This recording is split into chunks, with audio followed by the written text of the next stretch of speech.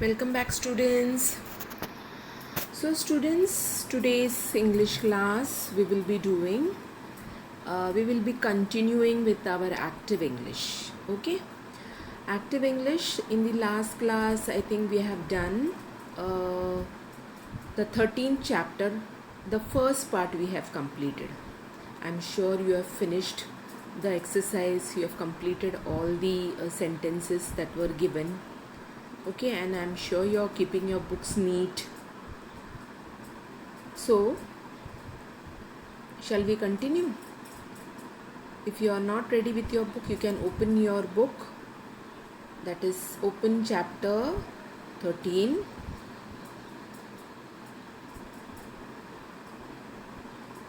Fine. So on your screen you can see the question. Choose the best answer. So that means it's an multiple choice question. There will be number of answers given. You have to choose the correct option. So now, yes. To speak very loudly is to dash. To speak very loudly is to dash. A one word answer is given. There are 5 options given to you. You have to choose the correct option and you have to put a tick in that small box that is given besides the sentence. Okay. Now, to speak very loudly is to option A, shout, option B, whisper, option C, talk, option D, cry, option E, say aloud. So this is very simple, students. To speak very loudly is to, exactly, it has to be option A, shout. Option A, shout. So you can see a small box. There are 5 boxes given there. You have to put a tick in that option A box. We shall move to the next one. Yes. When a kettle is boiling, it gives off. When a kettle is boiling, it gives off dash. Option A, steam. Option B, smoke. Option C, water. Option D, tea. And option E, gas. So now this is very simple. When a kettle is boiling, it gives off option A, steam. So the correct answer is option A, steam. Just put a tick in the box number A.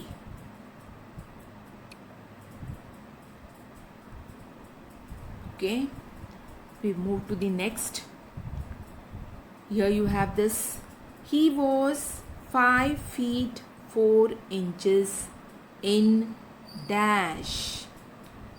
He was 5 feet 4 inches in dash. Okay.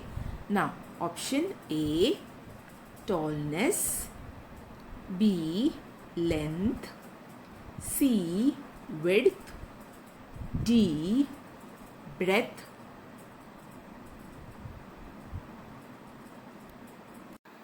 E, height.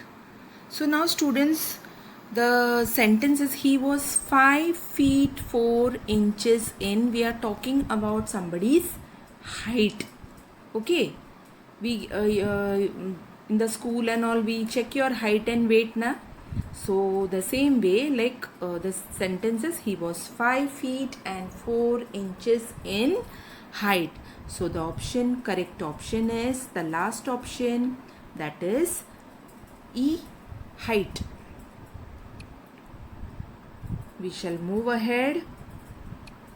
Next, If you want to know the date, you should look at dash. A timetable, B a calendar, C a dictionary, D a clock, E the sun. Now this is simple. If you want to know the date, you want to look at the, so simple. If you where will you find the date? That is option B, calendar. So put a tick in that option B box, students. Okay, we shall move ahead. When we have written a letter, we put it inside dash. When we have written a letter, we put it inside a dash. Here you have the options. A piece of cardboard. B, an envelope. C, a paper bag. D, a covering. E, a packet. Now normally when you write a letter, where do you put it? You don't have, you just have to, you have to put it in something, right? Will you put it in a piece of cardboard, or a paper bag, or a covering, or a packet? You will put it in an envelope. That is option B. Option B, envelope. So just put a tick there in option B, that small box. Next, after walking for 10 minutes, he found that he was going in the wrong dash. After walking for 10 minutes, he found that he was going in the wrong dash. Here you have the options. A, way. B, road. C, distance. D, movement. And E, direction. So just after reading the sentence, you know the answer is so simple. After walking for 10 minutes, he found that he was going in the wrong direction. That is option E. Have you put the tick in that E option? Okay. I hope students you have completed. So students, here we come to an end of this exercise, this lesson, chapter 12.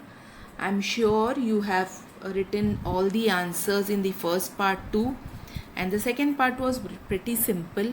See, all these options you are able to find out because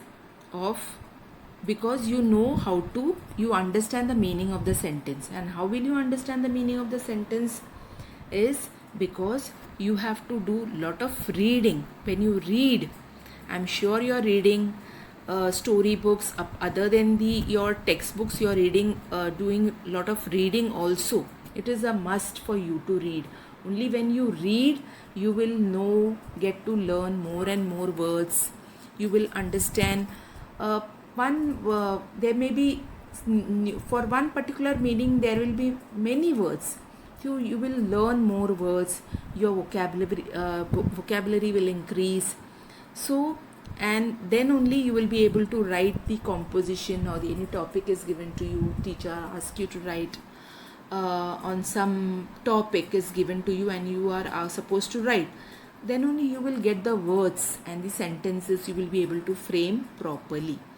So reading is very important, and that is how you build writing skills, so that you can write a proper essay, or any, suppose you need to write a letter, all that language and written skills, writing skills will develop only if you do lot of practice in reading and writing. So students, I hope you have completed this chapter. In the next class we will go to the next one, that is chapter 13. I am sure you have completed, you keep your books up to date, completed, right? Your handwriting has to be absolutely neat. Okay, and are you right? I'm sure you're writing with the ink pens, right? So keep your books neat, complete. So till we meet in the next class, students, have a nice day.